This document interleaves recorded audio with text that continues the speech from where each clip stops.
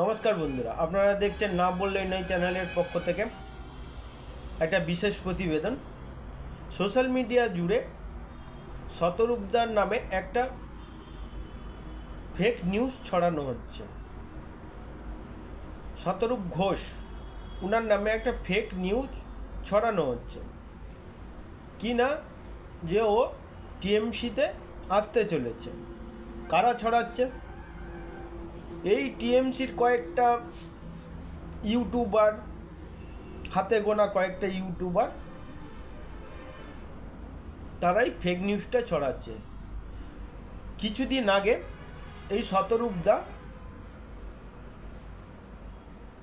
আপনার একটা চ্যানেলে বসে মমতা ব্যানার্জির সম্বন্ধে কিছু একটা কথা বলেছিলেন,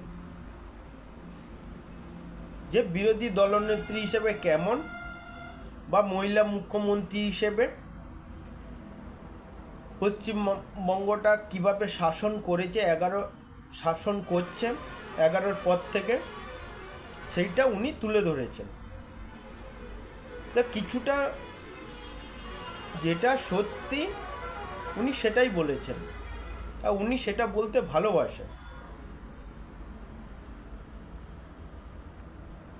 কিন্তু তার সঙ্গে কিছুটা শতরূপদার জোড়ানো দরকার ছিল, যে পশ্চিমবঙ্গে একমাত্র মহিলা মুখ্যমন্ত্রী যিনি চোরদের মাস্টার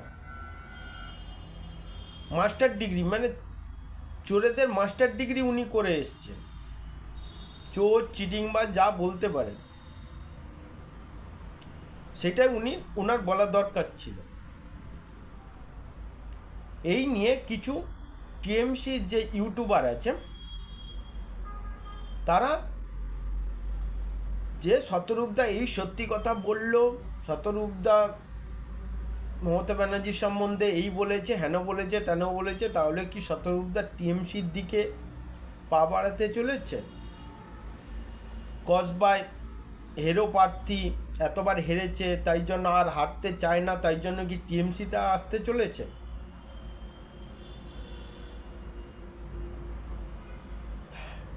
শতরূপদা এতবার, সে 3বার হোক 4বার হোক, শতরূপদা হেরেছে।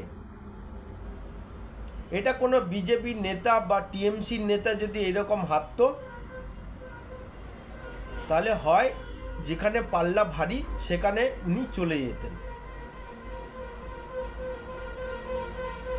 শতরূপদা হচ্ছে যে উনার কোনো লোভ নেই। কেন বলছি? উনি তো হেরেছেন এতবার, তাহলে উনি কেন অন্য পার্টিতে যাননি? যারা ক্ষমতাশালী, যারা শাসক আছে, ওনাদের কাছে যাননি কেন? বা বিজেপির কাছে যাননি কেন? তার মধ্যে সেই লোভ জিনিসটা নেই বলেই যায়নি। এটা আগে তৃণমূল বিজেপিকে ভালো করে বুঝতে হবে। ওই চ্যানেলটার সাক্ষাৎকার হওয়ার পর শতরূপদা তো বাংলা বাজাও যাত্রাতে ফুলফিল অংশগ্রহণ করেছে। শতরূপদা, মীনাক্ষী দি, প্রতিকুল রহমান, এরা তো সবাই একসঙ্গে বাংলা বাজাও যাত্রা করছে। এইটাই কি তৃণমূল চোরদের কি মাথায় ঢোকে না, যে শতরূপদা যেটা সামনাসামনি পয়সাপয়সি বলতে ভালোবাসে? এই তৃণমূলীদের একটাই কারণ, তৃণমূলের এরা ভাবে কি, যে ওনাদের নামে, হ্যাঁ টিএমসি সব নেতা খারাপ, এটা তো বলাটা ভুল। টিএমসির কিছু কিছু নেতা আছে যারা, এই তাপস রায়ের কথা চিন্তা করুন। তাপস রায়ের পেছনে সিবিআই লেগেছিল, ওনার কিছু পায়নি, ওনার কোনো এত ঘন্টা মানে তদন্ত করেও ওনার কিছু পায়নি বলে তাকে সিবিআই ছেড়ে দিয়েছে।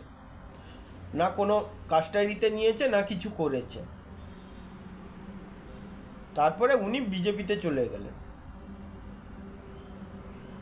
তখনই সব বিরোধী দলের নেতা যখন মানে সিবিআই ওনার বাড়িতে রেড করে, ওনাকে জিজ্ঞাসাবাদ করে, এতক্ষণ আটকে রাখে বাড়িতে, গৃহবন্দী করে রাখে, তখন সব সিপিএম, কংগ্রেস থেকে, বিজেপি কাছ থেকে, তখন তো উনি টিএমসিতে ছিলেন, তখন সব দলের নেতারা বলেছেন যে তাপস রায়ের মতন তৃণমূলে একটাও নেতা নেই। তাই জন্য বলছি যে টিএমসিতে সবাই খারাপ এরকম হতে পারে না। সেই অনুপাতে শতরূপদা কিছু কথা মমতা ব্যানার্জির সম্বন্ধে বলেছে। এই নয় যে মমতা ব্যানার্জি শতরূপদা বলেছে, এই নয় যে মমতা ব্যানার্জি ধোয়া তুলসী পাতা হয়ে গেল। শতরূপদা আজীবন উনাকে চোর বলেছে, আজীবন চোরই বলবে। উনার মতন থার্ড ক্লাস মুখ্যমন্ত্রী পশ্চিমবাংলায় এখনো পর্যন্ত হয়নি।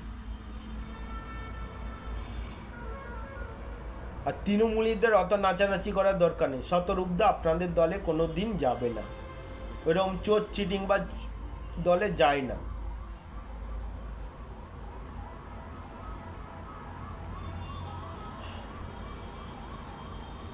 ওইসব ভালো ভালো নেতা যারা এতবার হেরেছে তারাই সিপিএমেই থাকবে। ওই যারা লোভ বেশি, চোর চিটিংবাজ পিঠ বাঁচানোর জন্য, তারা ওই টিএমসি বিজেপি করবে। আজকের ভিডিওটাই তৃণমূলীদের জন্য, যারা চোর চিটিংবাজ তৃণমূলে আছেন উনাদের জন্য। ওই যে টিএমসির ইউটিউবার যারা আছে, দুটো তিনটে হাতে গোনা ইউটিউবার, তাদের জন্য এই ভিডিওটা আপনারা দেখলেন, একটু কমেন্ট করে জানাবেন আপনাদের জন্য ভিডিও এটা, তৃণমূলীদের জন্য, যে শতরূপদার সম্বন্ধে এত বড় একটা মিথ্যাচার আপনারা করছেন, যে এই জয়েন করবে, এই ওই করবে, ওই করবে।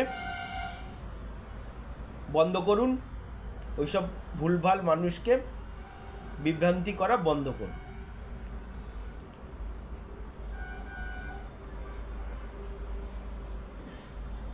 এই বলে শেষ করলাম। ভালো লাগলে লাইক করবেন, শেয়ার করবেন, সাবস্ক্রাইব করবেন, পাশে থাকবেন। ভালো থাকবেন সবাই।